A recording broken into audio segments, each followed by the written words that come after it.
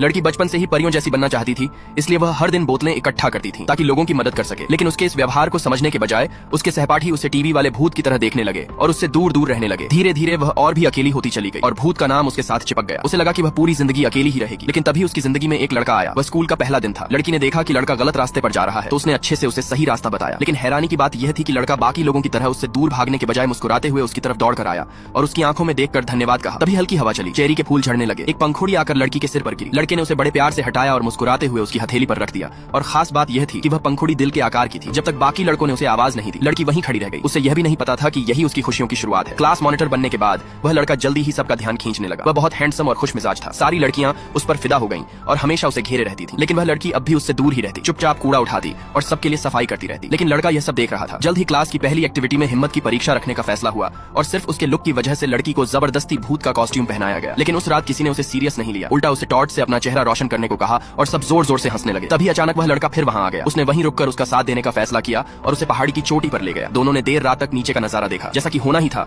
लड़का उस एक्टिविटी में आखिरी नंबर पर आया। सजा के तौर पर बाकी लड़कों ने शोर मचाना शुरू कर दिया और उसे चैलेंज किया कि वह एक हफ्ते तक उस भूत के साथ डेट करे। पूरी क्लास चिल्लाने लगी और किसी ने भी लड़की के जज्बातों की परवाह नहीं की। तभी हमेशा मुस्कुराने वाला वह लड़का अचानक गंभीर हो गया और सबको सख्ती से चेतावनी दी कि लड़की का सम्मान करें। लेकिन यह सुनकर बाकी लड़के और भी शोर मचाने लगे, यह सोचकर कि शायद वह सच में उसे पसंद करता है। अगले ही पल लड़की खड़ी हुई और साफ साफ कह दिया कि उसका उससे कोई लेना देना नहीं है। उसने अपना बैग उठाया और भाग गई। लड़का उसके पीछे दौड़ा, लेकिन उसकी वही मुस्कान लड़की को दिल में चुभने लगी। वह टूट गई और वहां से भाग गई। लेकिन उसे यह नहीं पता था कि उसी पहले दिन जब उसने उसे चुपके से मुस्कुराते हुए देखा था, तभी से लड़का उससे दिल से प्यार करने लगा था।